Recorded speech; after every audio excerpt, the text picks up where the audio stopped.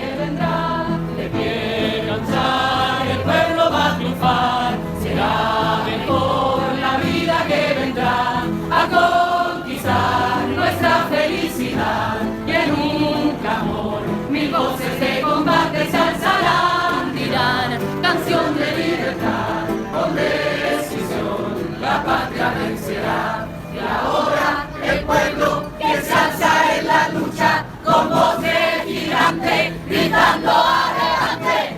El pueblo unido jamás será vencido. El pueblo unido jamás será vencido. Well, Hermoso. yes, very inspiring. Welcome everyone to a conversation sponsored by the Movements of Movements Project and Shelter and Solidarity. We have a rare moment for the left with today's conversation, an opportunity to celebrate rare victories, but to do so soberly, recognizing both the difficult past and the difficult road ahead. Our four panelists bring rare insight and, despite their diverse and individual stories, a shared engagement with the movements that we are most concerned about. Unusual for our conversations, I'm going to take a few minutes to frame the topic for outsiders, recognizing, of course, my own distance and definitely my own ignorance. But this is also a personal conversation for most of us. As with the 11 million Cuban people, the struggles of 11 million Chileans have had an outsized influence on global affairs, and therewith on all of us. The violent defeat of the socialist project in 1973 had at least two worldwide consequences. We know one of them very well. The rise of Pinochet signaled the beginning of a global neoliberal turn, Reaganism and Thatcherism before Reagan and Thatcher. But there was also another consequence, a deep demoralization of the left, particularly in Europe.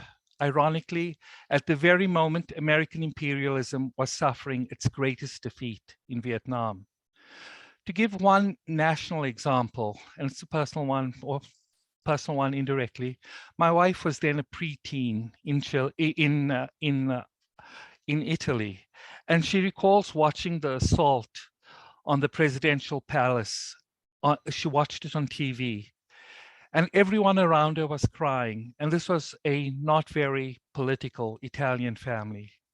For the larger national experience, however, for the Italian Communist Party, it was then probably the party with the most realistic chance of achieving power.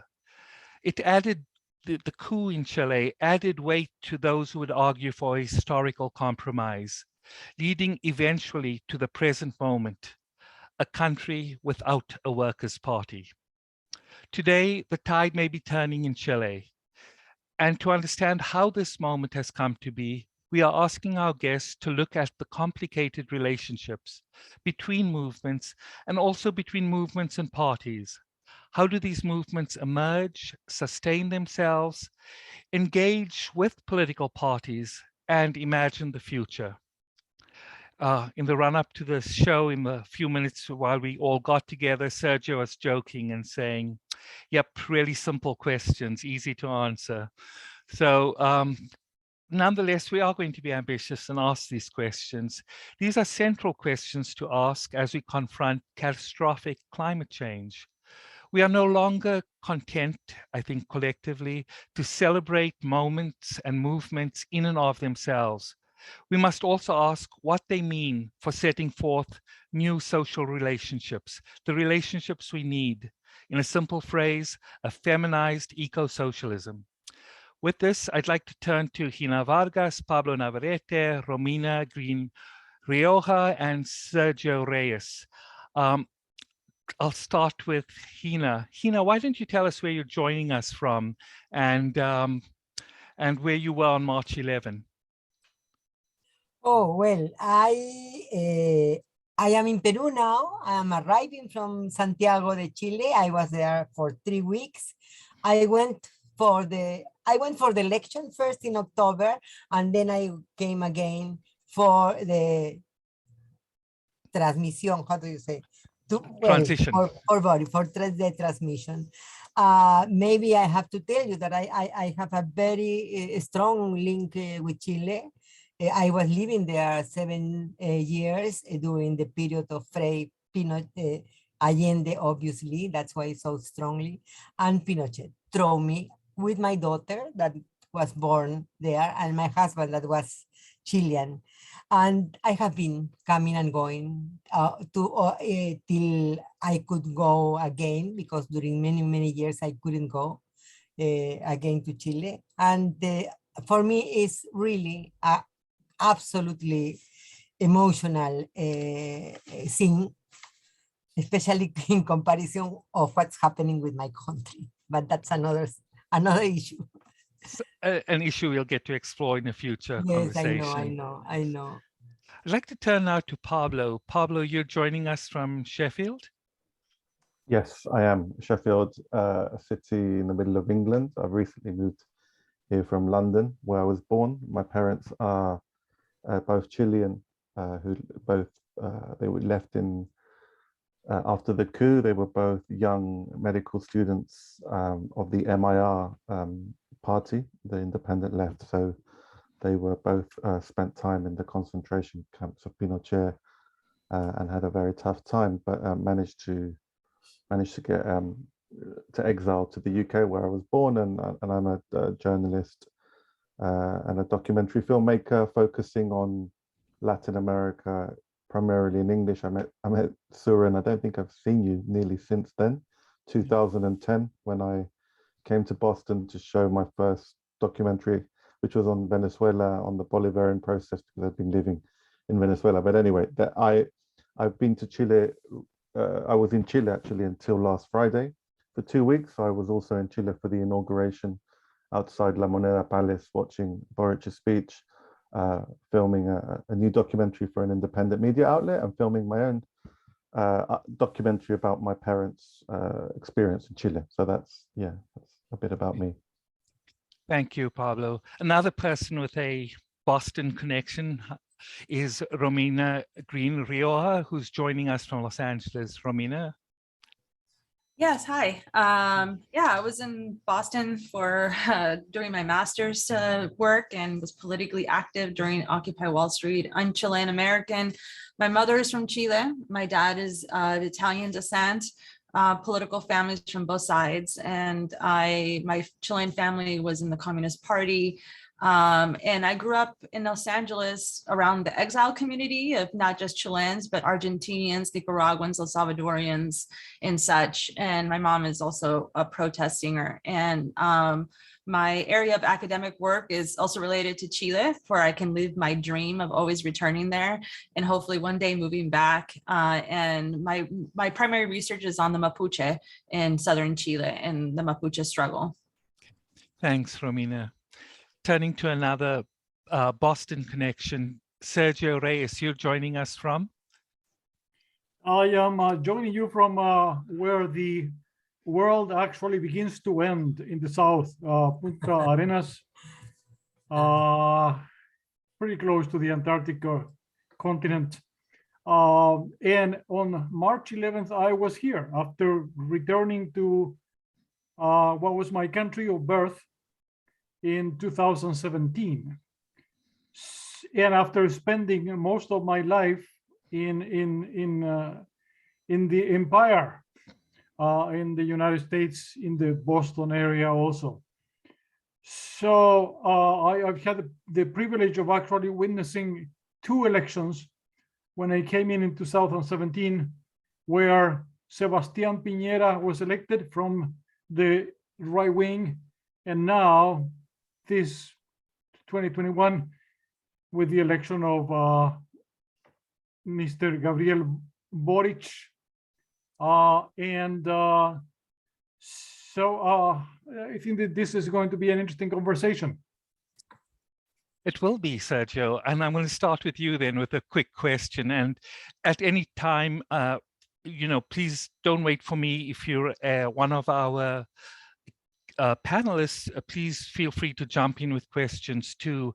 I should add for everyone who's joined us that at around the 2 p.m. mark, at around the hour, we'll open up the conversation for your questions and your comments, your observations. So it will be a very participatory conversation. If I may start with a moment of heightened participation, though. Sergio, where were you during the October Revolution? I'm referring, of course, to October 25, 2019. And what did that moment mean for you?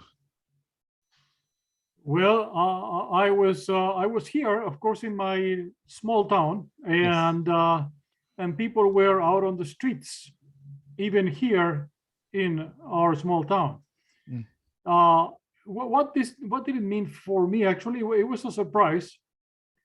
It was a great surprise because having been in the social movements for social change for all the years that since I came in here, we had a hard time trying to get people out to the streets, in particular for the movement for ending the private pension system that was established by the dictatorship and maintained up to this point. And so it was hard to actually mobilize, I don't know, just like in Boston, maybe 10, 20, 25 the most, and that was a victory of people out on the streets. And all of a sudden, we began to see, first of all, of course, the news that came from Santiago, where Santiago was in flames. And I guess just like a repetition theme, the rest of the country began to act in similar ways. So I mean, that was your question, so I will leave it there. Okay. You know, just for other folks watching who may not be aware of that big eruption in October, you're talking about more than 1 million people on the streets of Santiago. If we did something like that in Washington, D.C., we're talking about 30, 35 million people on the streets of Washington, D.C. So that gives you a sense of the scale of that eruption. I'm wondering, Romina, if you would be able to situate for us how people came to arrive on that street. What were the different strands that came together in October 2019? Sure. I was there as well. I was still looking for work at the time, so I was unemployed. And I was living in, I live in, when I'm in Chile, in my old grandparents' apartment, which is in the edge of downtown. It was a building built during the Popular Front government of the 1930s. So still that legacy. And it was probably the other big event that I had witnessed was the 2001 uprising in Argentina. And I thought that I would never see another uprising again until that moment in Santiago. And I think the one thing that was so impactful, well, one was the sheer kind of the quickness of it. I was grocery shopping and found myself in the midst of people running into the grocery store being covered by tear gas, right? But it was a protest that started with the student movement, as always in Chile. It was initiated by the students at the Instituto Nacional, which is one of the main kind of high schools, like one of the most prestigious public high schools that was all male until this year, which is now admitted women. And they were protesting the hike of the metro weight of the ticket. And this was could see as a simple protest, as something just to do with like a protesting a wage hike or protesting the hike of the price of the ticket. But people don't also realize how expensive it had gotten. It was extraordinarily expensive for Chilean standards, and also it's connected to a long legacy of the Chilean student movement, focusing the problem on neoliberalism, on how that is at the center of all our problems in Chile, and the legacy of that connected to the constitution that was created under Pinochet in 1980, that kind of rules every aspect of our lives. And it was able to translate to one, allowing the social movements to rise up at that moment, and also center the issue around the constitution. So from a simple protest over fares, the entire society in some respects, and the underlying questions began to unravel, resulting in this large movement. I'm wondering, Pablo, you know, like Romina and Sergio and Gina, you have a chance to not only look at Latin America as a whole through discrete experiences, but as a whole, but also as someone who's lived in the imperialist countries, in the capitalist core. How did you experience October 25, 2019? I mean, I was very excited when it all sort of happened. I think, like many, it was something that I didn't foresee. And in Chile, this is certainly the case, I think, especially with many perhaps in political parties, although others have said that if you were paying close enough attention, that this was a pressure cooker situation in Chile, and that finally this issue of the metro hike was essentially the thing that blew the lid off and was the tipping point for a whole set of grievances that had accumulated since the sort of return to formal democracy in 1990s. You know, we'd had the student uprisings 2006, 2011, you'd had single issue campaigns over pensions, over the environment, over water. But in a way, this all came together. And from London, where I was living at the time, it was kind of exciting to see that Chileans had finally kind of said enough is enough, and that were coming out in such numbers. It was also distressing to see the level of repression that they were being subjected to by the security services. And I think this is something that Chileans don't really fully comprehend, that how normalized the violence that was unleashed under the dictatorship. That's been a real legacy, you know, beyond the constitution that is still in place today, of the Pinochet constitution. But the level of repression of the security services that they unleash on protest is something that is not normal and should not be normal. And so for people to have, you know, water cannons and to be, you know, to be shot at and by very, you know, gung-ho security services, is you know, it's not okay. And so seeing that level of repression also was shocking, because it kind of it reminded you of that dark past under the dictatorship. So yeah, I was excited.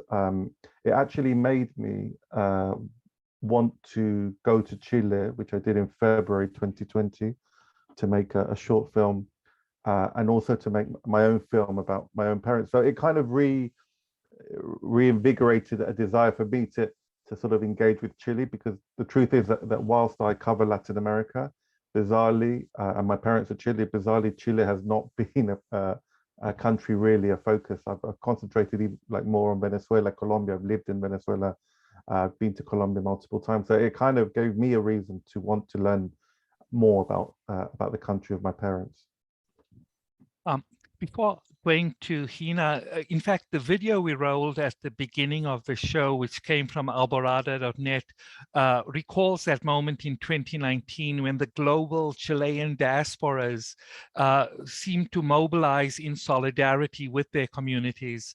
Were you there at St. Pancras for that particular Do you know what? action? No, that was filmed. I should have been, but I don't know why I wasn't. That was filmed by Nick McWilliam, who edits Alborada with me. And Nick is someone who lived in Chile. He's English, but he lived in Chile for 6 years.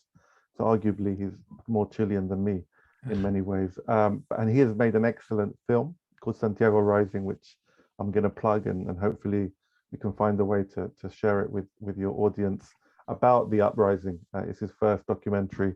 And it came out in 2020, early 2021, and it's a brilliant 90-minute documentary. So he goes back to Chile, but he went to King's Cross to film that, and yeah, it was certainly shared a lot, and it really kind of spoke to kind of different generations of Chileans, recalling the famous "The People United Will Never Be Defeated" song, and that sense of kind of that hope was reawakened with what happened with the estallido. Here is the. Go ahead, Gina. No, I was asking for the film, and somebody said that that there is a film. Well, yes, I agree with what this is being speak. I was in the 2019 there in Chile also in October. And I went with another friend, a feminist friend, because we make we try to support what was happening in Chile and also to have a much more clear idea of the kind of repression that people were suffering, and especially women. And so, and we make a report, it is in Spanish, but it was very, very, very powerful because we were in La Plaza Dignidad, we were in all the mobilizations, obviously, and we have a lot of interviews with professionals that have been looking for women that were raped very badly in many places, or the women and men that had no eyes, no, you know, they have problems with, and it was so important that then the next year on January 2020, I also went there, but it was a meeting of ECLAC, that is the United Nations agency in Latin America. And it was so impressive because while some of us were inside the meeting with the governments there, we put an eye here. Right. A red eye, and outside in the door of the building were the thesis, this incredible group of feminists singing this incredible song that has been in all parts in this moment. And so it was very, very interesting because it was these two ways, o sea, to make a scandal in the formal spaces and at the same time taking the streets, no? And well, yes, it was very, very, very, very, very moving. And it is interesting because it is true that there are many people in jail till now. Boric have said that the state takes out the denounces against them. It's withdrawing the charges, withdrawing the convictions. The charges against them. They still have charges of other people, private people, but it is a very important action of body, I think. Okay. Yeah. For people who aren't very familiar with the situation, the reason for the eye patches is that during the demonstrations, the police, armed by international forces, very well-known international forces, were literally aiming at the eyes of people. And so it resulted in an unusually high number of people with eye injuries. So this was a very direct measure of the repression. But Gina, I'd like to ask you a little bit more, because perhaps now we can turn more directly to the movements and how they relate to one another. When women from Chile speak with us, they unite at least two levels of the stories of violence, not only interpersonal violence, but the direct violence of the state. At the same time, the women's movement in Chile is really women's movements. There are movements representing women from the barrios, from people who have concerns about what's happening in factories. And then there are other feminist movements which are more middle class. Can you give us a guide to some of these movements? And I'd like to go to the other speakers as well, but why don't you introduce us to the feminist movements in Chile? Yeah, I will try, obviously. I think that we have to speak about the plurality of the women's movement in Peru, most of them with the feminist horizon, but not necessarily, and a lot of territorial action that was not so strong in the past. And I think that the mobilization has been of the movement, of the territorial dynamics, but also of people that were not necessarily in movements, but were moving for change. No, so that is the powerful thing, I think. And the important thing is that one of the most interesting struggles of feminists since the beginning was to have to ask for parity that we have now, and also for plurinational state. And that is also what has been very strongly put in the Constitution. So even if there are a lot of difference between women, obviously, of class, race, ethnicity, etc., at the same time, there is a kind of a permanent link in the kind of mobilization, in the kind of things that the people are doing from the constitution or supporting the constitutional process. Organizations that are from Arica to Magallanes, as they say, with women in all these places, trying to support the ones that are in the constitution struggling for more space and changes, no? So my feeling is that, well, that is the kind of feminist movement for the one I have been struggling. And I think that really in Chile, with conflicts, obviously, also because there are different groups and especially different parties. I think that the parties are the ones that have lost a lot, because if they don't democratize themselves and go with the movement, they don't have any possibility to go further or to be really effective, no? And that is a thing that I think is important, no? The kind of autonomy of the movement, and at the same time, it is an autonomy that is negotiating and that is looking for connections, not for isolation, no? And that's the powerful thing, I think, from the feminist perspective that is moving in this moment.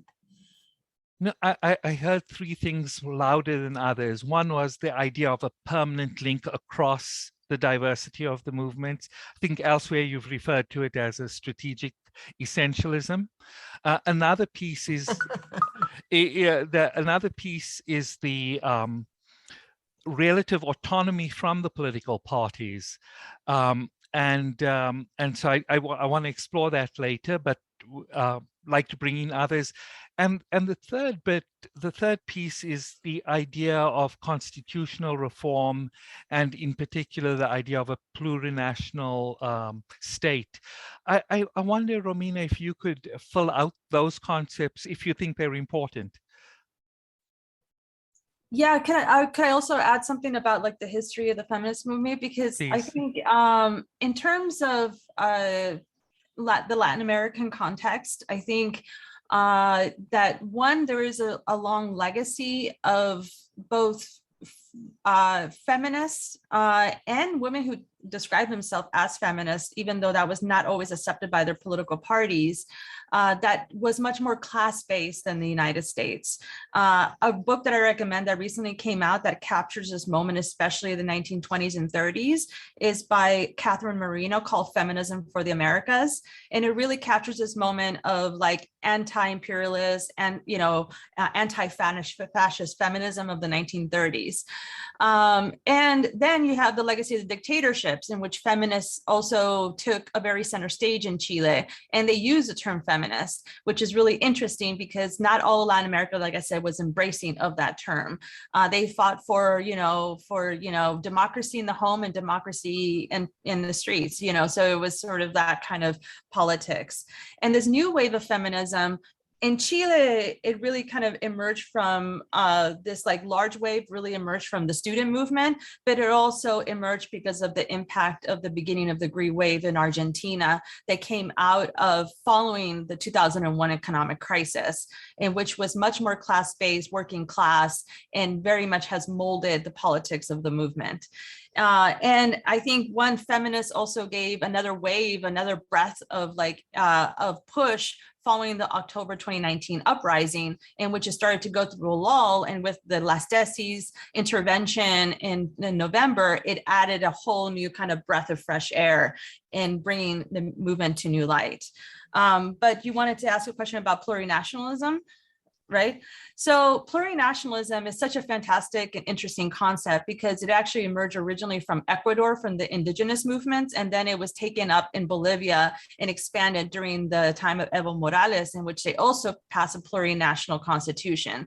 And it was a term that came from both the indigenous movements and institutional politics of trying to create something that would counter multiculturalism and be much more intentional in bringing those like what would it mean truly to create a state that was inclusive, that would recognize, indigenous visions of territory rather than land as an economic a resource to exploit. For the feminist movement, it has been retranslated into inclusivity, in which has been, for example, the feminist encuentro in the women's encuentro in Argentina, that is a big meeting that happens every year. I was at the last one that was held in person in 2019, which had 200,000 feminists from all over Latin America. They changed the name from Encuentro de Mujeres to Encuentro Plurinacional, with additional, for, women in this and transgender and for and dissidents and such.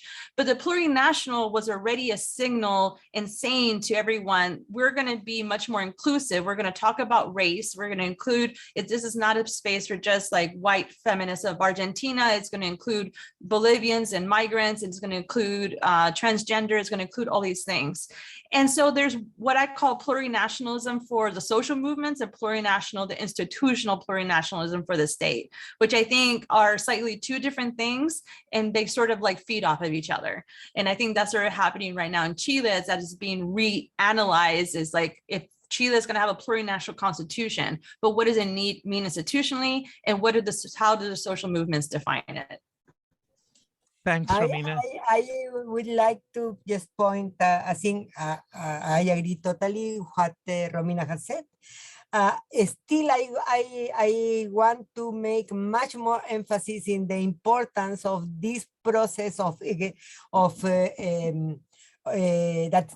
constitution in Chile and for the plurinational state, because for me, the problem is that not Ecuador or not Bolivia had the possibility to do it in a proper way, because there are much more conflicts and people and indigenous people that are thrown is a way of saying, put aside. And well, we have, that's part also of what you were asking about, how to analyze the kind of leftist orientation that we think about. And obviously this state left orientation has a lot of limitations. The difference in Chile is that it comes from this incredible and massive, for the first time, I also think that, because I am a feminist from the last century also, and the massivity that we have in this century is a very new thing and very, very important. No? Yes. Thank you both to Gina and to Romina for adding complexity to our vision of feminism in Latin America. Certainly, this isn't Hillary Clinton's feminism. It's a very different feminism. Por favor, please. So yeah, I guess that would be really insulting to even add that. But Romina, if I may ask you before going on to speak with Sergio and Pablo, how do 200,000 people talk with one another and make decisions together? Yeah, in Argentina, yeah. Well, it's been slowly growing. So when the first encuentro was held, and I can't remember the year, if it was 83 or 85, it was right after the end of the dictatorship in Argentina. It was about 1,000 people who get together for about, a good period of time. And then after 2001, it grew to 5,000, 10,000, 15,000, 20,000. 50,000. So it's been slowly growing in an experience for these women in terms of how to organize these conversations. It's also an encuentro of women. So right-wing women do show up. They're the minority, but they do disrupt and such. How do they organize? Well, it's sort of really fascinating because they have, it's very, I would say, horizontal, but they do, each city that takes on the new encuentro is in charge of organizing it. But then they have other collectives who take part in organizing different discussions.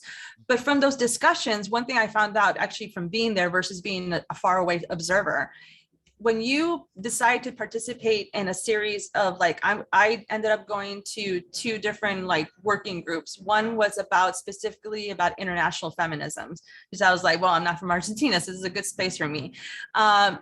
Over the 3 days of the conferences, you're expected to participate over those 3 days in that same discussion, because you're supposed to build from that discussion. These are not workshops. These are not like you just go there and just do whatever.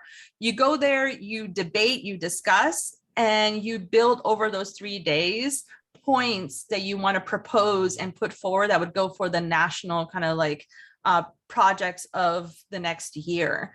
And then you vote on a person in your particular group that's in charge of like collecting these like discussions, presenting it the following day and say, this is what we discussed. Do we agree? Okay, this is what we discussed. Do we agree?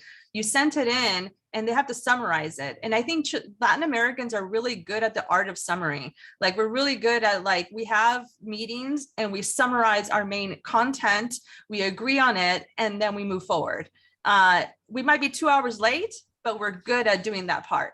So I always think it's so funny. We make up the 2 hours late for being really good at being able to be specific in our political like goals and context, rather than just like meandering and talking forever about something that we're going to figure out later. So that's sort of like how I figured out how they did it efficiently.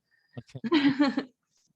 I have to say, I'm just personally very fascinated by it, and in addition, would love to learn a lot more about it. So maybe a future conversation would be about these specific tools and techniques. And the reason I'm so interested in it is that, or if you just go back to that video that we began this show with people singing off a script, you know, that at St. Pancras Station, and it indicated to me that there must have been a lot of networking that went on before to bring people together. There must have been organizers to print out the song. The fact that the song needed to be printed out was indicative of the fact that there were new generations involved, and therefore they were transmitting knowledge. These weren't people who grew up singing that song. And all of this suggests to me that we have a lot to learn from social movements in how they create knowledge and how they transmit knowledge. And so that's why I'm very interested in this process. And I think that's what we in Shelter Solidarity can do is focus on how movements create knowledge and develop it further. Sergio, I'd like to turn to you because both of us have been fascinated by the World Social Forum process. And when we thought of the World Social Forum process, we also thought about its limits. And it sounds like what Romina is discussing and what Gina has described is a feminist movement that has been growing from strength to strength and becoming more sophisticated with time in spite of the repression, or maybe in part because of the repression. Sergio, when you look back at the 1970s, the Unidad Popular period, and the present, how has the women's movement changed in your estimation? Well, in my estimation, I think that everything has changed from that period to now. Okay. Not only the women's movement, which it really has become, for the first time, I don't know if some of you might remember the old way of speaking of communists when we say that you are not just a class, but a class in itself, for itself. What? Yeah. And yeah. So sorry, Sergio. If you're not one of the guests, if you could mute your mics, please. And Sergio, from a class in itself to a class for itself. Correct. So the feminist movement has become that, has become really from a work of women, really in a movement for itself. Now, by itself is interesting and separated in a sense from the rest of the struggles, which makes sense, makes all the sense in the world. But also, I really would like to put quickly into this conversation the contradictions and the conflicts that we have, not only of movements, but in politics in Chile. Because I don't want that people who are attending this conversation really have any misconstrued conception that what we've had in 2019 was a revolution. It was not. And what we have now, it is not also a struggle for radical change of society. We continue to be a capitalist society, deeply moved culturally by the indoctrination of fascism. We have a Chile with about 40% of the population in general, both men and women who are not part of this movement of female that we're talking about, who are fascists, vote fascist, behave fascist, and will continue to be fascist.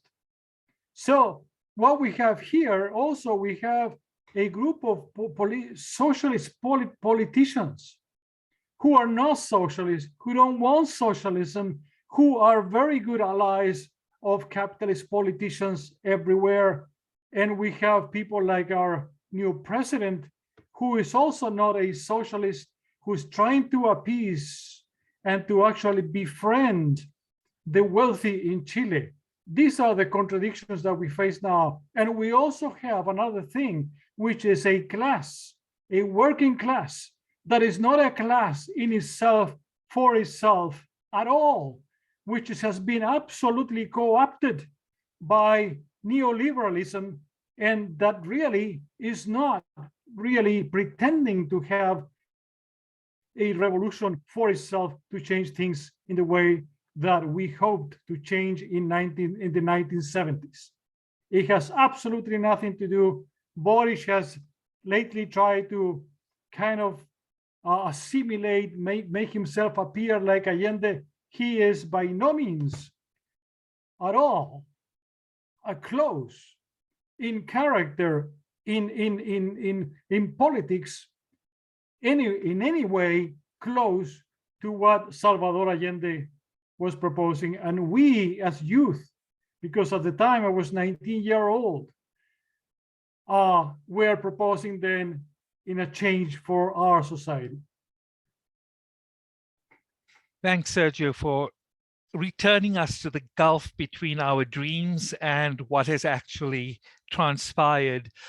I would like to continue along these lines, perhaps still continuing to stay in that moment of celebration of the changes that have come about, but by no means being triumphalist about October 2019 as a revolution that succeeded in a rotation of social economic systems. And yet there has been continuous change, continuous mobilization. In the run-up to the show, when we shared the announcement about the show, people were asking, wrote to me and said, you know, you mention all these movements and you don't mention the workers' movement. And one of the questions I had, or the way I would love to approach all of this, is to think about how, you know, in the spirit that Romina suggested, that when we think of the feminist movement, we also think of a movement that is class, that is based on the working class. And so maybe the struggles of the working class look different from the struggles of the working class in the 1960s and 70s, notwithstanding Sergio's careful distinction, an easy distinction between a class of itself, a class in itself, and a class for itself. I'd like to ask Pablo, based on his work elsewhere in Latin America, his focus on young people, on their music and all, to tell us a little bit about the Chilean youth movements. And there too, they're different. If students are part of a youth movement, they're different from from the young people who don't go to university and are instead active because they don't have jobs and they have a very different style of movements, and the economic questions are much more posed much more sharply for them. In contrast to the music that began this program too, we see the emergence of a youth culture, a youth movement that is very radical, that has deep decolonial strands to it, and anticipates a future free of neoliberalism, and yet doesn't quite articulate a socialism. So that long run-ups, Pablo, I'm asking you, can you tell us a little bit about the youth movements? I'll try, but before I do, I just want to build perhaps or add a little bit to what Sergio commented on, and I think it was important for him to sort of perhaps add a bit of soberness or whatever the word is to the conversation. I think obviously, it's great that Boric won the election, especially in relation to what the alternative was, cast a candidate that openly celebrated, endorsed Pinochet, said he would have invited him for tea at La Moneda. And it's also terrifying to think that 44% or whatever it was of Chileans in December 2021 voted for a candidate who was so open about his admiration for a fascist dictator. So it does speak to this deeply polarized, still I would say deeply polarized society. And as Sergio says in his inauguration speech, Boric spoke about Allende. He finished his speech, paraphrasing his great speech, Allende's speech, as he was being bombed by British Hawker Hunter jets on 11th of September 1973. But the Boric government, I think, is in some ways, it's not the heir to the 2019 uprising. It's an heir to a generation of students from 2011. And it's this generation that has then entered politics in 2013, became senators, became parliamentarians, and who have, to be honest, also been part of a political system which was roundly rejected in the streets in 2019. This wasn't a movement that came from the left per se. Parties weren't present in Plaza Dignidad. They were actually rejected. The trade unions weren't, from my understanding, they weren't at the center of this. A lot of the people that took part in these protests were in some cases members of the new political left parties, but many were simply, people from low-income neighborhoods who were exploited, abused by neoliberalism in Chile, which has forced people to have multiple jobs, to live off permanent credit, to work, ridiculous hours.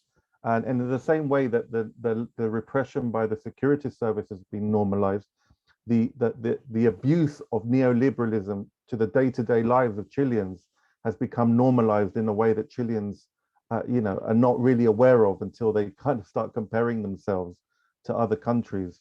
So I think it's important to sort of put that distinction that this government is an heir to another generation, and perhaps the Constitutional Convention is this more radical process which represents an heir to what was unleashed in 2019. And I think that interplay between how the Constitutional Convention hopefully gets approved in September 2022, that will open up a more radical process, and that interplay with the government will be key to sort of determining the final sort of radicalism of the Boric government. But for example, I spoke to Giorgio Jackson, and Giorgio Jackson is not, I don't think, someone that we can say is a kind of, he's a social democrat. I think he believes in a kind of Eurocentric kind, there is, I think, a certain Eurocentricism to this generation of student leaders. That even though Boric spoke a lot about the Latin American family at the inauguration speech, my feeling is that a lot of these students actually have studied in the UK, have studied in Europe, and they really want to build a kind of Northern European welfare state in Chile. And whilst that's noble, I sometimes worry that even though they say that their ears are open, their eyes are open to Chile's past, I think that they underestimate US imperialism and this idea that you can somehow pact with all groups and make everyone happy. History hasn't shown that to be the case in Latin America and in Chile. And so there is this, obviously this issue with Venezuela, which is an untouchable issue, and almost even Boric's government, certainly people like Jackson almost have to, before answering any question, they have to kind of show that they have, that Venezuela is nothing, there is nothing in Venezuela that they won't have anything to do with, because of the force of the right-wing press. And I think, again, I'm not answering your question, but I think an important thing to bear in mind is that Chile, the right in Chile, even though it lost an election and is in disarray at the moment, is much stronger today than it was at the time of the coup in 1973. I think they've had neoliberalism, that was locked in since 1990. Essentially, the economic model continued, and the right have solidified and institutionalized in basically all spheres of Chilean society. So I don't underestimate the challenge that Boric government has to embark on any type of progressive policy agenda. But yeah, the right in Chile are an efficient right. They're unlike perhaps a Venezuelan right that fails in coups, that cannot, have been unable to unseat the governments there. But they're a very ruthless, efficient right. So in terms of youth movements, I mean, what can I say really? I mean, I think, the Allende years, music, culture were massive factors that accompanied these political process, cultural revolutions, cultural processes accompanied this. I saw that myself when I lived in Venezuela with various, in 2005 to 2007, there were hip hop collectives that were openly supportive of the government, that were from the barrios. Culture was a massive, that someone said it was a train through which ideologies travel.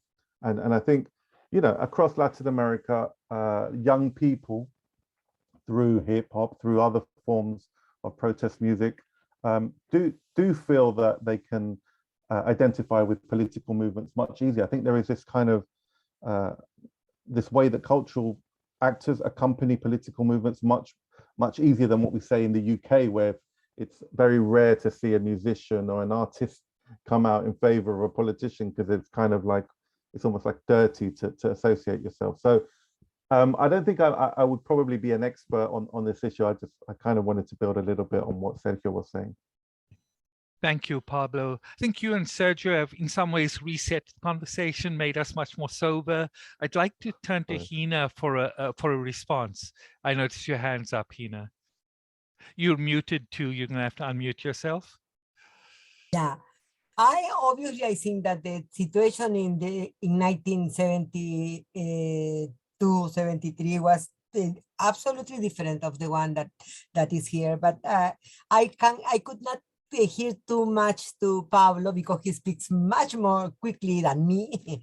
But I think that I agree in the sense that what is really the thing for me that have more emotional and political sense is the fact that this body represents a new generation, a new way of looking for the things, a new way of answering the problems of a neoliberal society as we have it in all Latin America. And I also think that maybe he has not the possibility to make a very clear leftist oriented program, but well, maybe we have to see which are the kinds of things that we have to put in movement so we can do a leftist alternative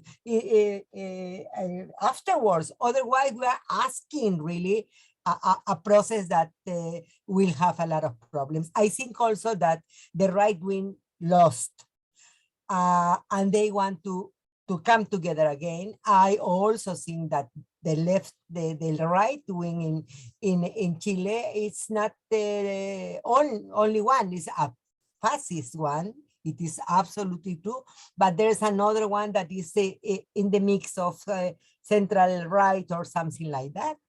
And I want to put another thing. Yes, it is true that they have the power. They are not going to lose the power because of an election. But I want to remember that more than 80% vote for the Constitution, for the approval, for I approve. So there's something that is happening in the society that is important to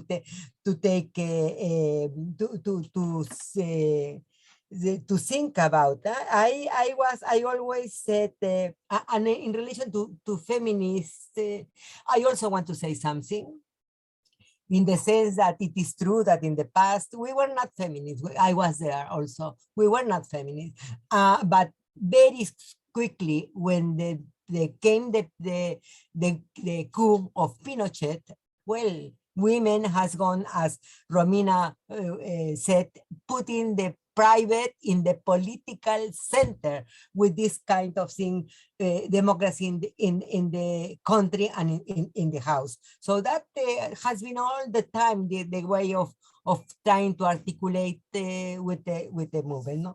And in this moment, we have an incredible diversity, as I was saying at the beginning. Elisa Loncón was the president of the Constitution, of the, how do you say, the Asamblea, the process of Constitution, and she is a clear indigenous leader, and she's also a feminist. So it doesn't depend that she has the influence of one or the other, but that is beginning to be a kind of daily common sense for many of the women that are in this process, no? And I would like really to give more space to the process of the government of Boric. I think that what has mean in this moment to have parity, to have young women, to have lesbians, to have all these kind of things that the emphasis in class never give a clue for that. So things are changing. That's what I wanted to say. Thanks, Gina. Things are changing. What I hear from you, from Pablo's response to Sergio's very provocative statement, which we cannot disagree with, is that it's not so much whether or not Boric is a socialist, but the question is, what do socialists and other leftists and feminists and all do during this period? What kinds of gains can we win during this period? How can this be a platform for not only talking with the government, but with each other? And the more hopeful thing I also sort of want to take away from what I've heard so far is the distinction that Romina made between the plurinationalism that we can aspire to in the Constituent Assembly versus the plurinationalism of the movements, both sort of legs that we need to be walking on.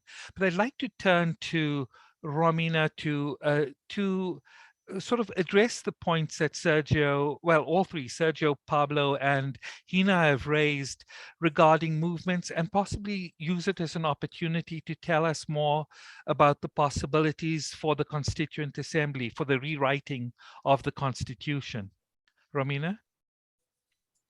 Yeah, about movements in general.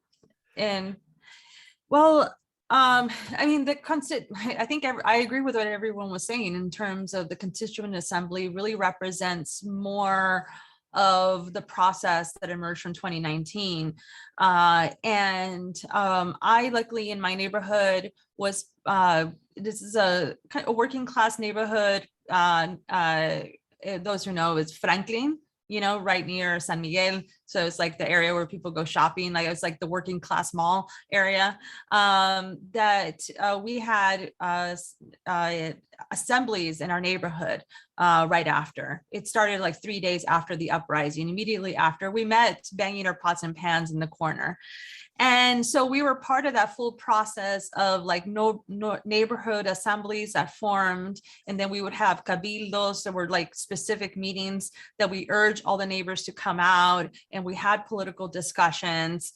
And then we submitted those discussions into where people were submitting all their like responses to specific questions that were then kind of used in terms of later on to kind of frame some of the politics of the Constituent Assembly. But it's true at the time, especially with the pact that Boric,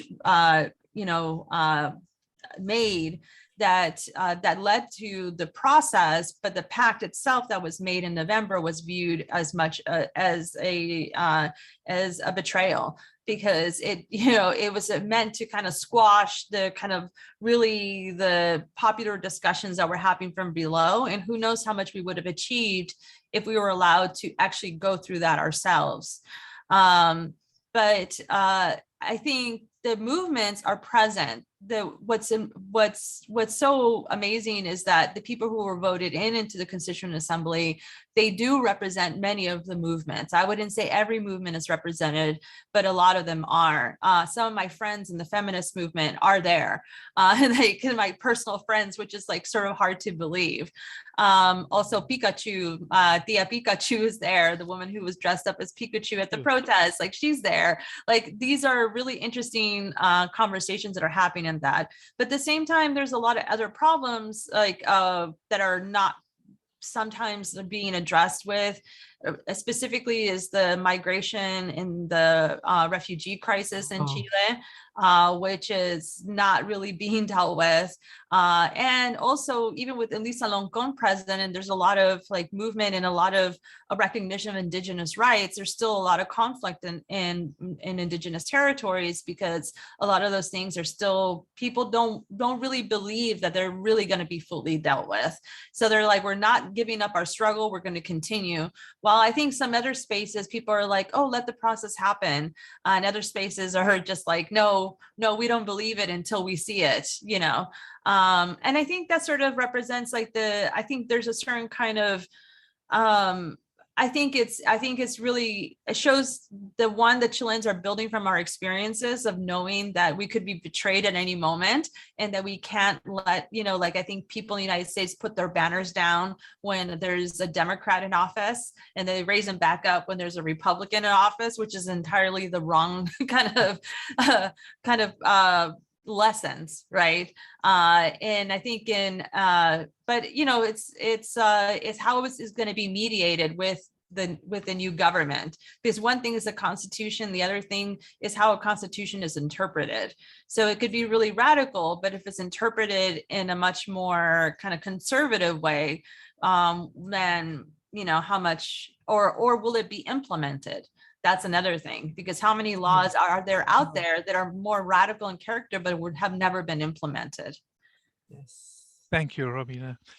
I would like us to move to the question and answer or comment period. I would like, however, to return to Sergio to get his read of the Constituent Assembly, the constitution making process. Sergio, can you tell us your sense of the Assembly? I am not sure whether you want to hear it. I believe that, in all of this, in practical terms, in historical sense, around the world, constitutions are the foundational document that the ruling classes have established, that the victors, in a sense, the social victors have imposed upon society as a whole, by different ways. There is no doubt that the process that we are taking now in Chile to write this constitution is interesting for the world. It's different. Nowhere in the world something like this has been done. That is the merit of something, I don't know what, but the merit of this process is interesting to be seen. With gender parity, with the participation of the original nations in the country, and so on and so forth. That's beautiful.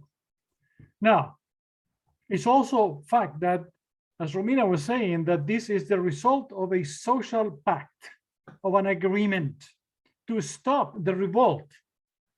So there was no victory, yet a new constitution, there was no victory for the revolters, yet a new constitution came up. This is why the revolters, the most radical ones, actually at this moment are clearly saying, the hell with this constitution, is more of the same. You know, and the basic stuff, you can see it. I mean, if you see in the sense of, for instance, the kind of property that the Constitution establishes will tell you all about the rest of the Constitution. That's it. So, you know, we also have had other constitutions in different places that really have not meant much. Case in point, the Constitution in Ecuador. It's a great plurinational constitution, the rights of nature and so on and so forth. Yet, capitalism is rampant and victorious in the elections of Ecuador. Right? So if we don't have a really social change in place, a new constitution will preserve what we have. Is like having a new barrel to actually hold old wine in it. And the old wine is the capitalist system that we have in Chile that is not going to change. You know, so this constitution, of course, is going to be an interesting document, but it's going to generate what I will call enlightened capitalism. That is what is going to happen out of this constitution. That's what I said, that I am not sure whether you wanted to hear me. No, I'm ready to hear, and I think everyone is, especially as we sit here while the world is at war, again, returning to a Cold War kind of situation, ready to be sober, ready to be pessimistic, but ready also for the famous optimism of will that the left has been sort of demanded to assume. I would like, though, to, even on this very pessimistic note, turn to the question and answer, the comment period. So please let us know if you'd like to ask a question. I'll go first to Joe Ramsey. Joe, you have a question or comment. Yes, thank you, Seren, and thank you to all our guests here for this very interesting conversation. I'll just repeat what Seren said. If you remember the audience and would like to ask a question, please indicate that in the chat box and we can call on you. Looks like we have a couple people formulating questions as we speak. So my question is kind of coming from my being situated in the United States, the so-called belly of the beast. Undoubtedly, policies and power centers in this country play some role in setting constraints, pressures on conditions for states and movements elsewhere. My question is, what are the kind of constraints that you're most aware of, either on the Chilean state, even in more progressive hands, or on the movements in the street and among the people, the constraints that have some origin, you might say, in US institutions, political or financial, and from that, what should comrades and those who want to be in solidarity with the Chilean struggle do here to try to operate and give whatever more space to allow more freedom of movement, whether inside the Chilean, those who are participating in the inside process, if you will, as well as those who are in the street. Thank you. Who would like to start with that? Otherwise, we can just do a round. Go ahead. Well, I think that's a really interesting question, because I think the kind of geopolitics in Latin America is really changing, and it's in the midst of change, because you also have the significant presence of Chinese capital now, and especially in Chile, which there have a lot of economic, and they're gaining an economic and political weight throughout the region, not just in Latin America, but in Africa as well. So, and so that's one part. But I would say one thing that has definitely impacted Chile, and maybe I'm saying this because I'm going to do a talk on it next week, which is the impact of the Venezuelan refugee crisis, which has been huge politically in the region. I mean, US sanctions, I was just looking at a study about the impact of US sanctions since 2017 in Venezuela, has been at the core was driven people out of the country. Even though Chile has not even received the most at all of refugees in comparison to Colombia, Ecuador, Brazil, Argentina, I can go on because every country has Venezuelan refugees now. But that impact has had a lot to do with also the right-wing politics of caste. His center of support, he had two centers of support, one in the south in the Mapuche territory and Araucanía, and then also in the Iquique and Arica area in the north, which is still kind of growing right-wing politics in that area where there's been right-wingers and people who are maybe not necessarily right-wing, but are being drawn into those politics because they see the refugees there and the encampments as a threat, and they've attacked them. They actually physically have attacked those encampments. So there is sort of like that going on that has really, that is also something from US policy in Venezuela is like directly impacting our like politics in our country. And so I don't know, that's just one thing that comes to mind. Others want to address the question, not the question, the fact of US imperialism and perhaps complicated by other countries exporting capital. Gina, Sergio, Pablo? I mean, just to add, I mean, I think that's a really good point that Romina made, how the kind of sanctions in Venezuela have a massive effect into the kind of Chilean domestic discourse. You know, as you say, refugees were a major issue in the campaign, and to the extent that, you know, people thought that it was Cast was someone who was offering this kind of hardline solutions to it, to what people were perceiving, to the grievances of the kind of uncontrolled migration from places like Venezuela. Equally, you know, when I was there now, I'd never so many Haitian, quite a lot of Haitian refugees in Chile. Again, the role of the US in Haiti, and how that's impacting on Chile, which is not a kind of society. You know, London is perhaps the most multicultural place that I've been to, and Chile before I used to go, and there was hardly any black people. Now you're seeing Haitian, and you know, I spoke to a Haitian cab driver, and he tells me how difficult it is, even, you know, in Chile with the racism, and it's not a country that is used to having people from different places. It's very insular for a variety of reasons, through its geography, for its history. So yeah, I think that the role of the US there indirectly is critical, but I think the US will be kind of courting Boric. I think they probably feel, and I spoke about someone like Jackson earlier. So Jackson is a former student leader from 2011, who now's role I think is similar to chief of staff. He's got a very influential role. Some even say that he's the real power behind the throne in Chile. And so Jackson is someone who has relations with, who has been going to the US periodically since he's become a politician.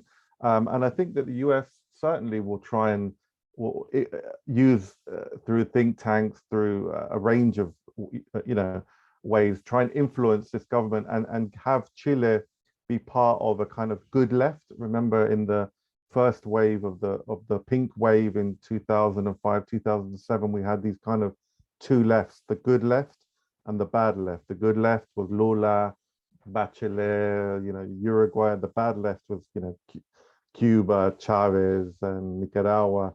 And so I think there'll be very much a strategy to sort of pick off Boric from not that he needs picking off, because he's already made very clear in terms of foreign policy that he wants nothing to do really with Venezuela, definitely not Nicaragua and Cuba either. So, but there'll definitely be an attempt to sort of foment, at least I think, problems amongst this left. And I think Bolivia will be a very interesting country, because Bolivia is, in terms, Luis Arce is, you know, he doesn't shy away from allying himself to Venezuela, Cuba, but at the same time, it's a very important, you know, because of where Bolivia is with Chile. I think he could play a very interesting role in the region, in as you know, in the next few years. So yeah, I think those, and I think it will be interesting to see how the US, you know, if we remember how the US trained all the Chicago boys that eventually went back to Chile after the coup, and you know, effectively provided the theories, you know, monetarism, Milton Friedman's ideas that accompanied the state terrorism and the reprogramming of Chilean society. I think it'll be interesting to see the tentacles of US universities and think tanks and how they try and maybe influence Chilean society through these mechanisms, which are the traditional ways that another sort of bow to the armory that the US has in trying to make sure that Latin American democracies, you know, are kind of compliant to their wishes. Thank you, Pablo. If no one else wants to address this question of imperialism, I'd like to turn to Linda. Linda, do you have a question? Oh, sorry, go ahead, Gina. No, because okay, here it is. Two things. Somebody has asked about which is what Boris has said in relation to the invasion to Ukraine. He has condemned it, but I would like to go to another part that has to do with the thing that we have been discussing now. The issue is that he also make a very strong critique to Nicaragua. If we continue thinking that Nicaragua has something to do with the left, well, that left really has nothing to do with us, because it is a dictatorship. So I get a little confused in this kind of things sometimes, no? And I think also that Venezuela migration is not a Chilean or a Venezuelan problem, it's a Latin American problem, because there's no way of accepting this kind of migration without having a kind of agreement between the countries. But the situation is very bad for the Venezolanos. In Chile, they have a lot of conflicts and aggressions in the north. And I can understand, but that is not possible if there is a political issue that is more like that, no? And finally, the other thing that I want to say is that there is no, I think that the issue of the constitution, we have to look at it a little more deeply, because the constitution is not going to make the total change, but it's going to give the basic things to begin to make the change, but with a kind of frame that is much more democratic than the one that was with Pinochet, and that is a jump. And that is a jump, a very important and democratic jump, and the kind of participation that is happening in relation to the constitution is really impressive. You can have a group of people that comes with 15,000 signatures asking for add something in the constitution, and that goes and discussed in the commission, in the plenary, again in the commission, etc., etc. And that's why I was saying that the territorial mobilization is very important to have it again. It is nothing is perfect, but I insist we have a new moment, and let's look the limitations and also the possibilities of this moment. Otherwise, everything is going to be lost in our imagination. And I really still want Chile to have a little more success than this. I think that also the left, it is not totally with the Boric. I can understand that. There is a group that says nothing with Boric because he is not from the left. Other groups that, okay, I am another group that are very social democrats and also support him. So maybe the kind of alliances that we can do from the left horizon maybe can help much more to him, to Boric and the Constitution. Thank you, Gina. Sergio, I notice you have your hand up for this question as well. Yes, I found a very nice brown hand up. That's nice. Well, the yellow one doesn't like. I don't like too much that yellow hand. The issue of, I don't know if Joe's question was, it was a little bit confused, Joe, for me, in the sense, if you are asking, what do you think the role of US imperialism is in the current situation, that's one thing.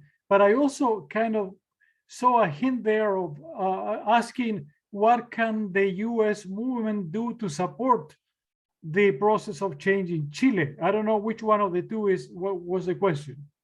Well, just briefly, I mean, I think they're related, but right, to the extent that US imperialism sets constraints on Chilean political activity, that would indicate some obstacles that we could target for activism here. But really the second question is what I'm most interested in, is what can we do, what is being done that you would want to highlight or encourage people to support in terms of expressing, not just expressing solidarity, but making a contribution to, you know, giving the movement on the ground in Chile more space to breathe, if you will, or relieving some of the constraint, you know, if there, you know, things that, or even just things that could be exposed that might be helpful, you know, here in the belly of the beast.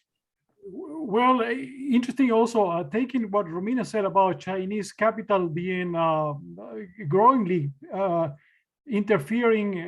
entering Chile. Still, US capitalism is the one that is ruling in there. And in particular, in the insurance, in the financial system, and in the pension system, interestingly enough, that private pension system that our movement, No Más AFP, want to actually destroy, not reform, like now the new labor secretary is trying to say that they're going to reform something, and talking with the bosses, trying to tell them that everything is going to be okay. You know, the US now is okay with the Boric administration. That's one thing. So that's no problem. And also, if you want to see how the US is feeling about any social process, look at Wall Street and how it behaves, or even the Santiago Bolsa de Valores, right? If it's not falling, it's because everything is okay with US imperialism. You know, even the dollar level to the Chilean peso has remained pretty stable. When these capitalist things are stable, then it means that you are okay with US imperialism. So the thing is, and then, you know, knowing right well the US progressive movement, I would say that you better keep your strength to work internally.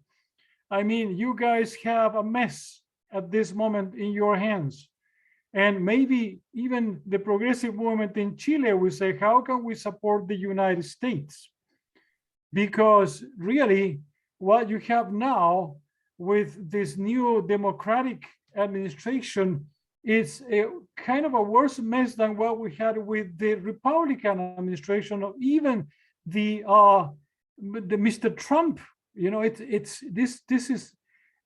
is really, you are already to the brink of armed world conflagration at this moment. It's interesting that the Trump administration took it on with the Chinese.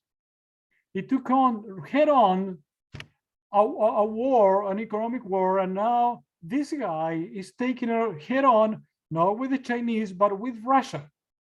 So this is an interesting. Meanwhile, the progressive movement, you know, has been absolutely squashed under the new democratic administration. You know, even at a point when it appeared to have some strength with social democrats, like Bernie Sanders in it, right? At this moment, that movement has been completely controlled by the right wing within the Democratic Party.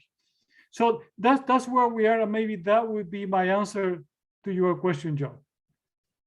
You know, Sergio, I think the question that you asked a little bit facetiously, which is how can the Chilean left help this very disastrous left within the United States?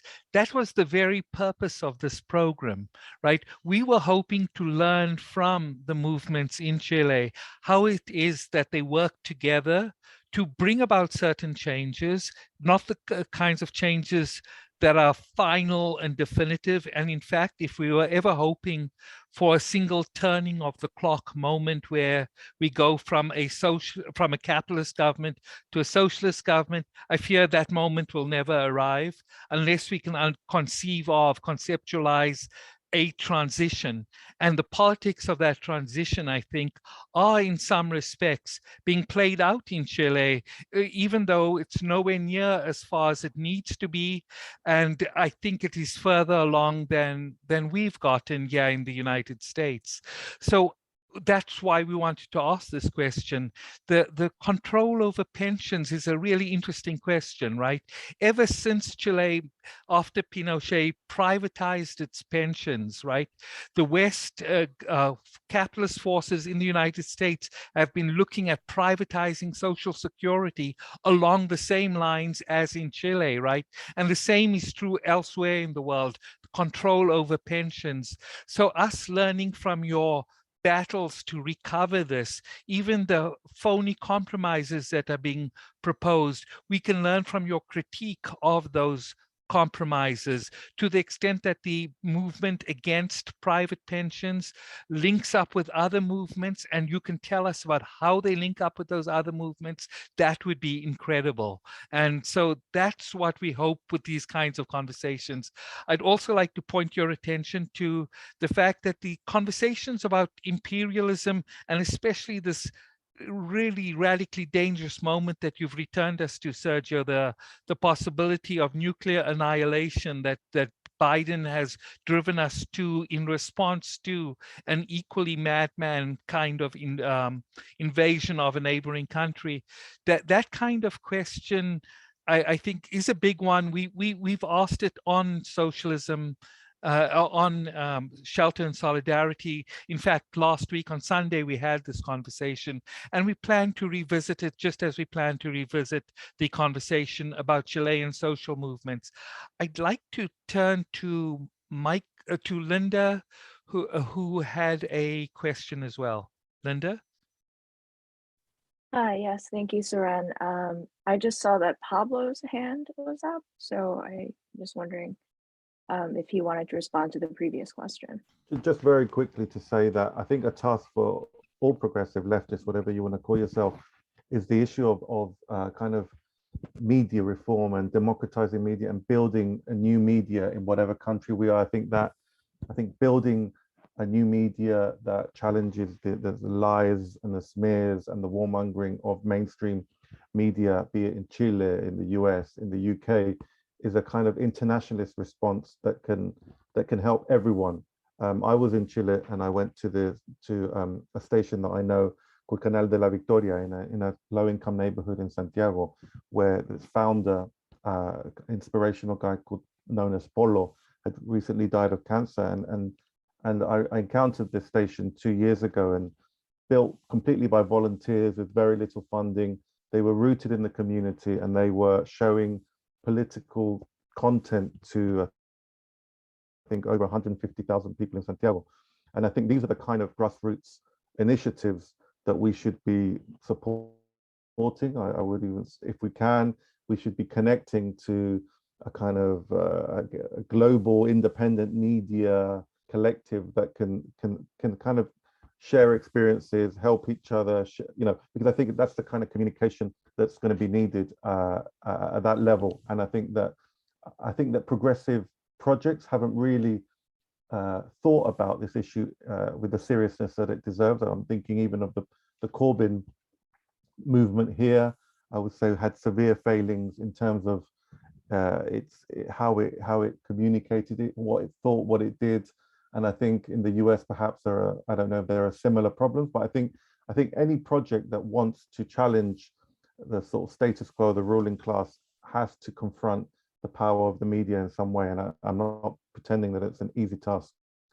but I think it has to, a lot of thought has to go into it. Thank you, Pablo. Linda? Yes, so this In all question these is days, for, pardon. this question is for all of our panelists. I'm wondering how COVID and its impacts have affected politics in Chile since 2019, and what actually has the state's response been, and how do you view the reactions of various constituencies to that? Gina, did you want to start us off addressing this question? Yes, I wanted to talk, but when Linda speak, I just forget what I was going to say. But in relation to the COVID, I think that it's very important to know that Chile was the one of the countries that have much more possibilities of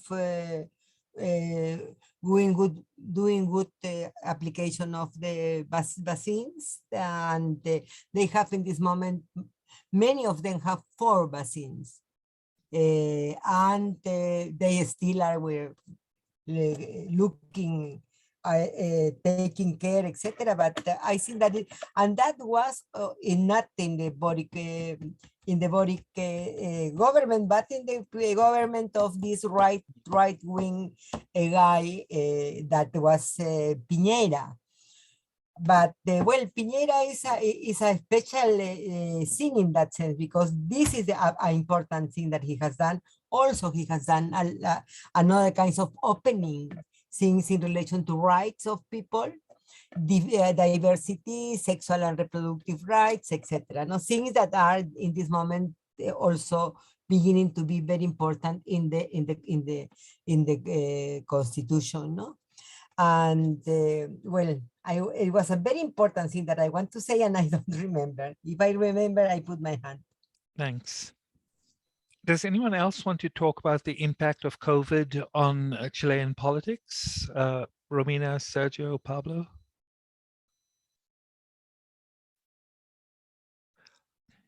I would like to simply say that, and I was actually writing it to try to gain some time here for other things, that our president from the right-wing fascist Sebastián Piñera is going to go into history as the great vaccinator.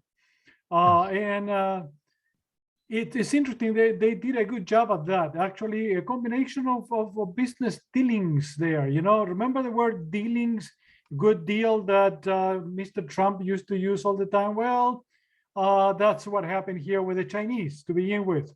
Large amounts, millions actually, of vaccines were imported from China. The Sinovac machine was spread throughout the entire country, and we didn't know whether they were trying to experiment with this Chinese vaccine on Chilean people or not.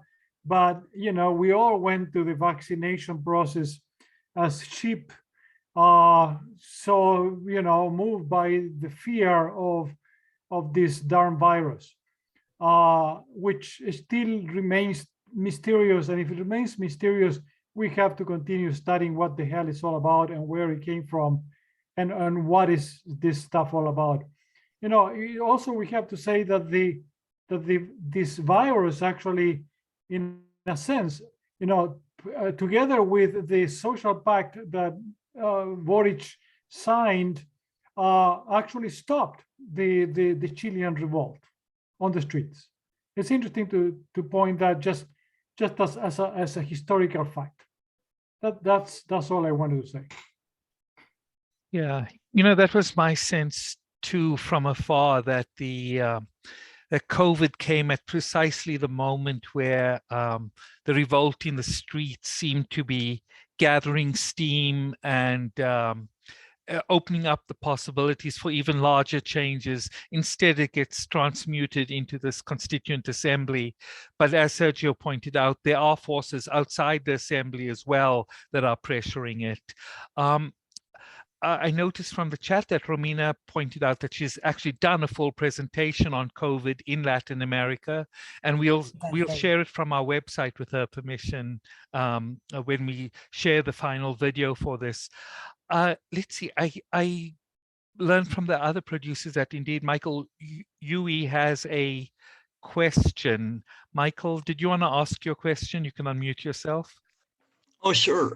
My question, have cooperatives or forming cooperatives, being part of them, helped anybody in Latin America?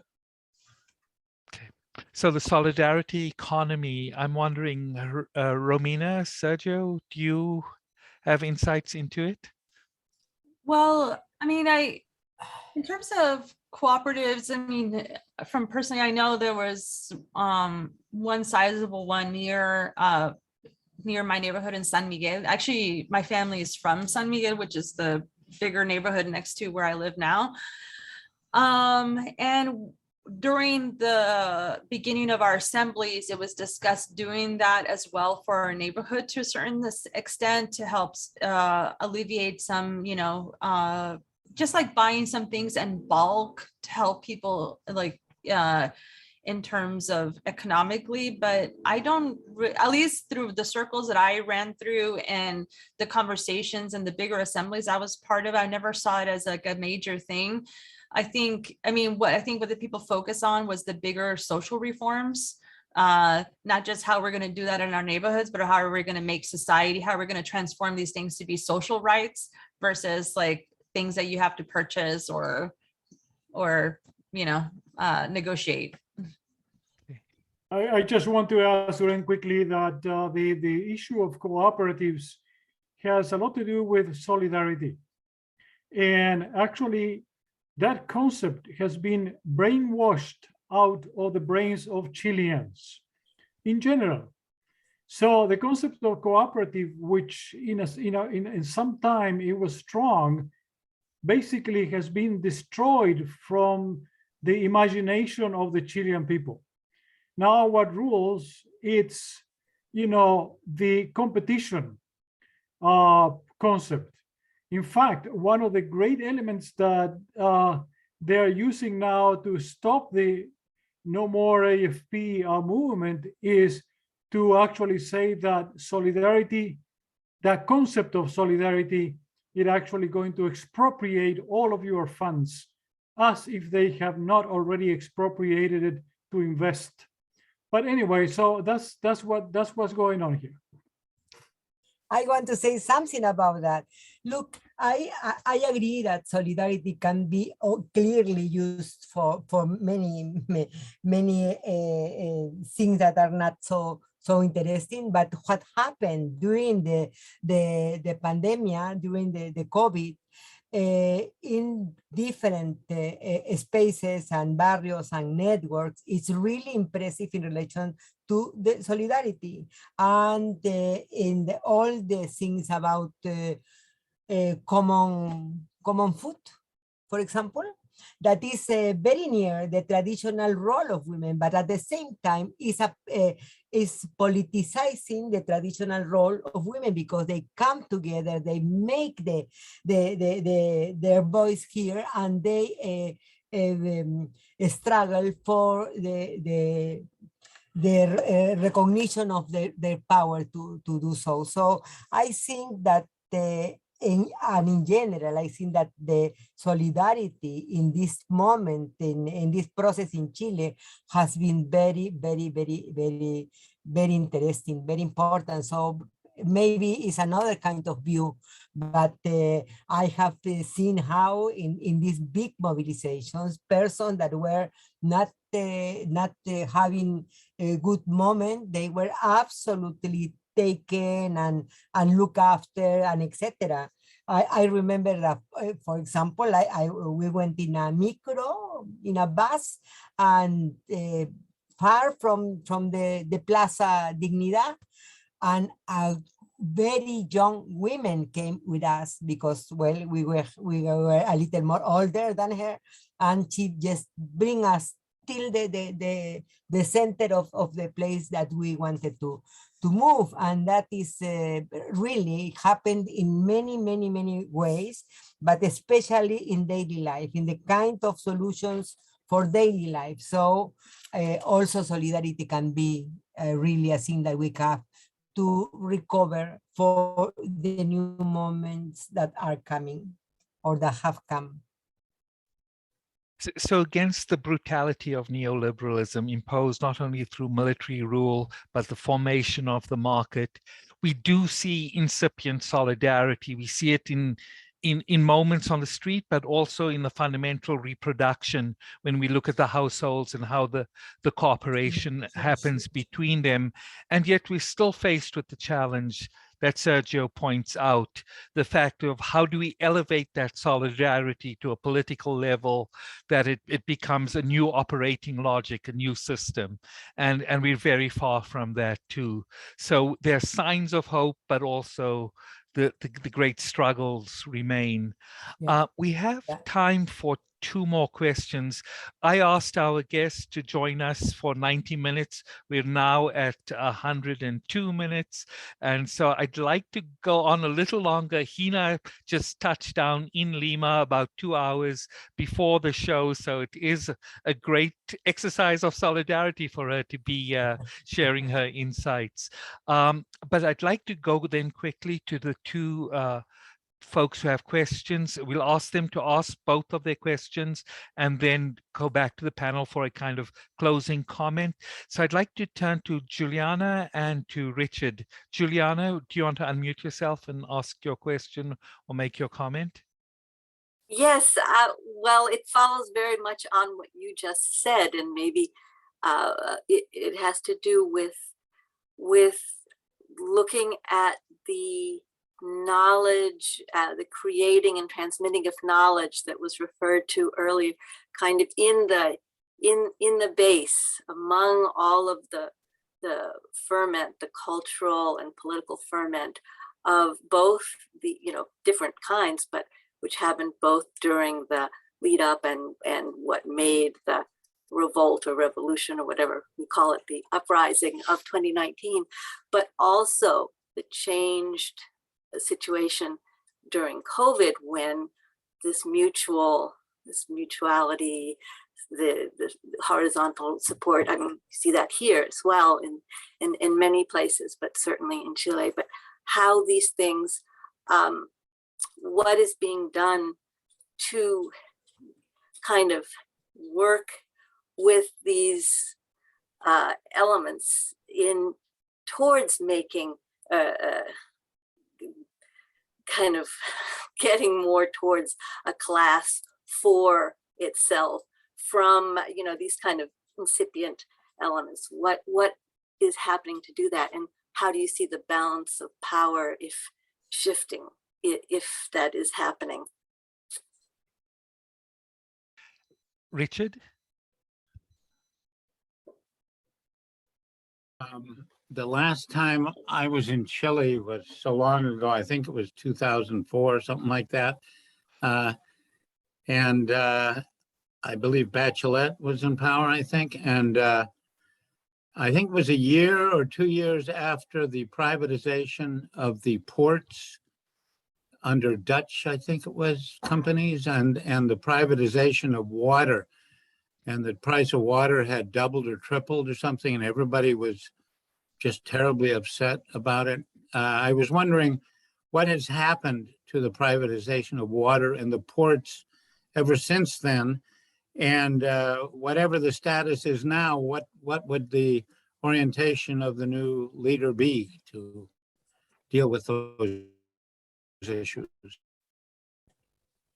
Thanks, Richard. So I'd like to go to our panelists and use this as a round to close out the questions, starting with Juliana's question, essentially about moving from cultural and community scale change to larger social change, which would include the question that Richard asked around privatization or macroeconomic policy.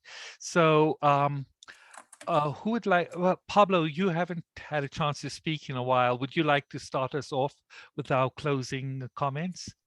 Well, I don't think actually that I can add too much to the two questions, but I just would say that I think, sort of to conclude, I think, there is an incredible amount of hope in Chile. Can't deny that. I mean, if you were there for Boric's inauguration and you saw the amount of young people, locked in arms, singing iconic songs, Los Prisioneros, El Baile, El Baile de los Soldados, iconic songs, even though we can talk about all the limitations we want around Boric and his government and positions that they might have, which are not sort of revolutionary enough, I think we live in such dark times that we have to, as you say, draw hope from where, not in a kind of, not in a way that's naive, I guess, but we have to believe that the young people, this new generation that have new ideas on issues of feminism, and rightly so, that that want to build and make perhaps better lefts, and maybe they have positions which are naive on US imperialism, which are dangerous possibly in the future, but they have very good positions on issues of gender and feminism.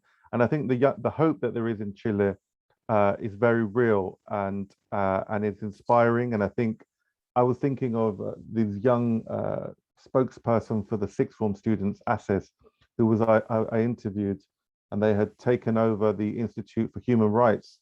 That I think they've been there, occupied it for a number of months now, and they're still there, I think, even under Boric, because of the way that this institute had basically colluded with the Piñera government and not investigated the gross human rights abuses. And the level of political maturity of these sixth form students was inspiring. I mean, I don't know of many other examples where there are sixth form secondary school students in other countries which are so militant. I mean, these were the ones that jumped the tube fares and in a way sparked the whole uprising.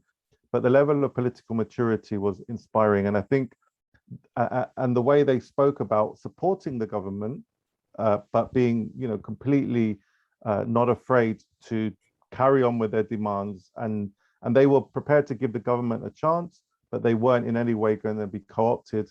And I think that's where, I think, for me, the biggest hope in Chile lies in these kind of groups, in young groups such as this, that have such a kind of clear and focused approach to what needs to change in Chile, and their relationship with the formal politics.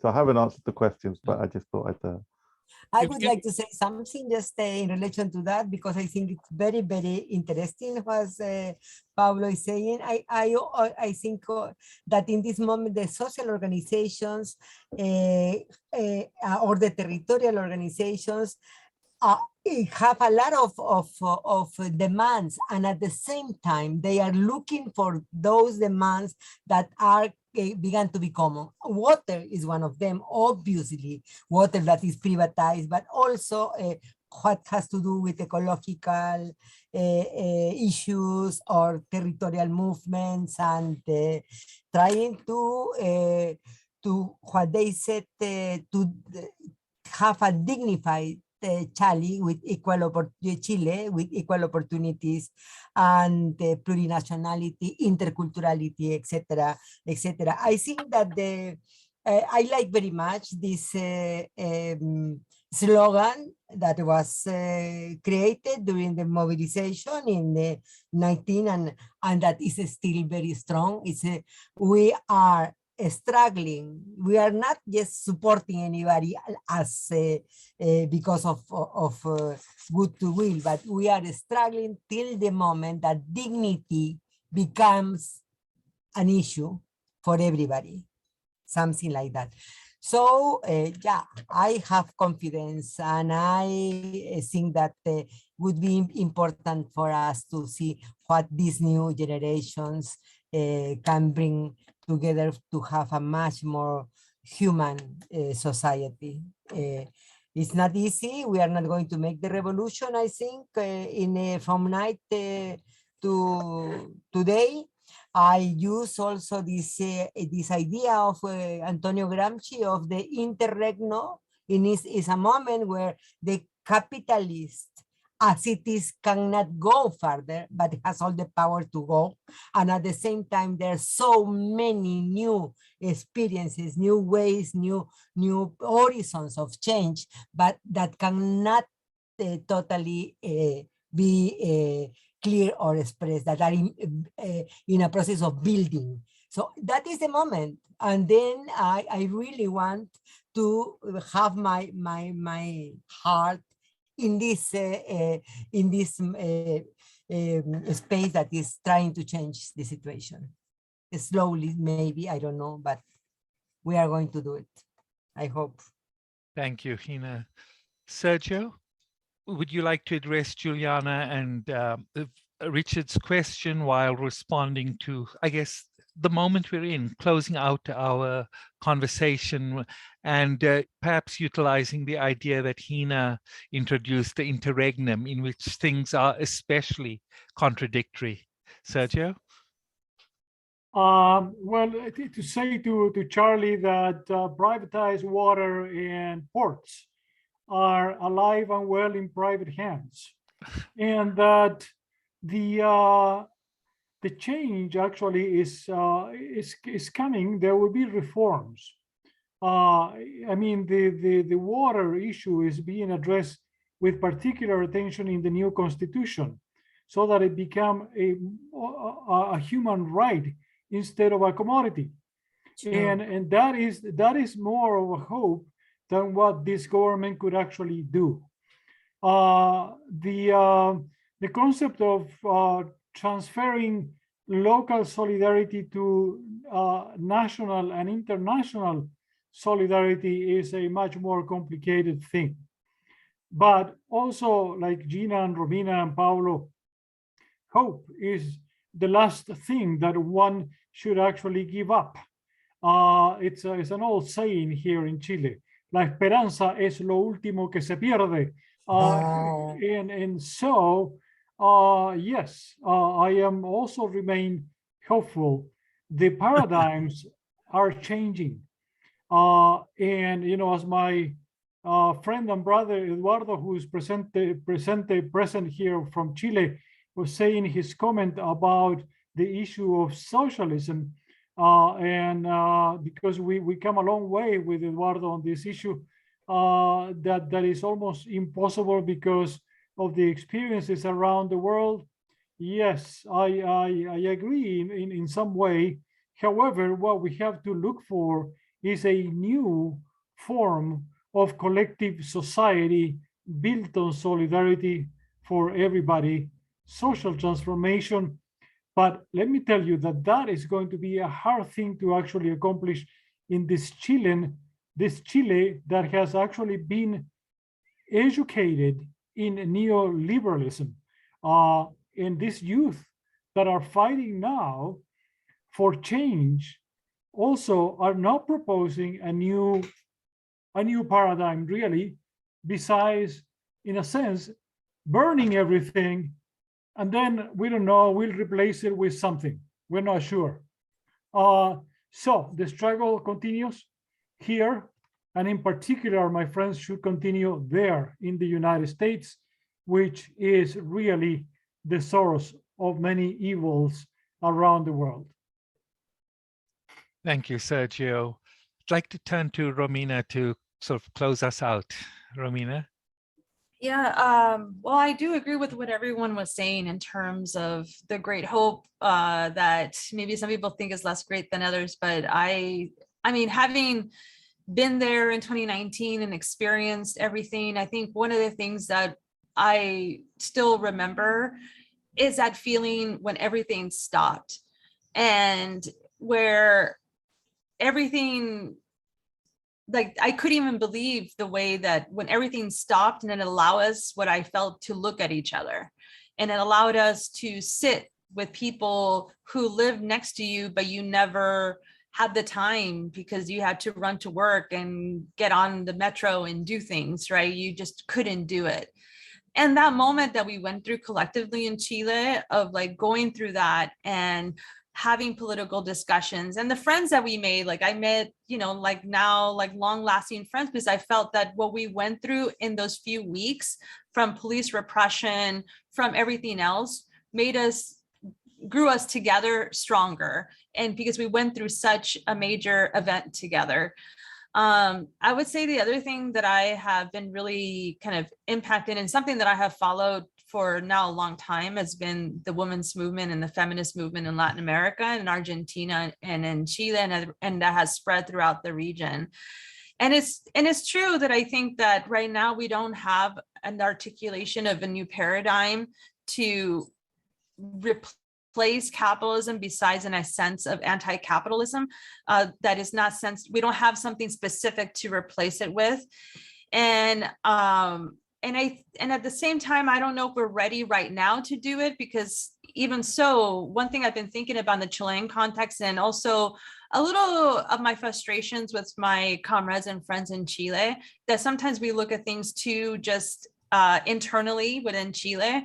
And I think, like, one of my arguments is, like, you cannot build socialism in one country, which is an old argument. But we cannot have a revolution in Chile and not expect to be overthrown again.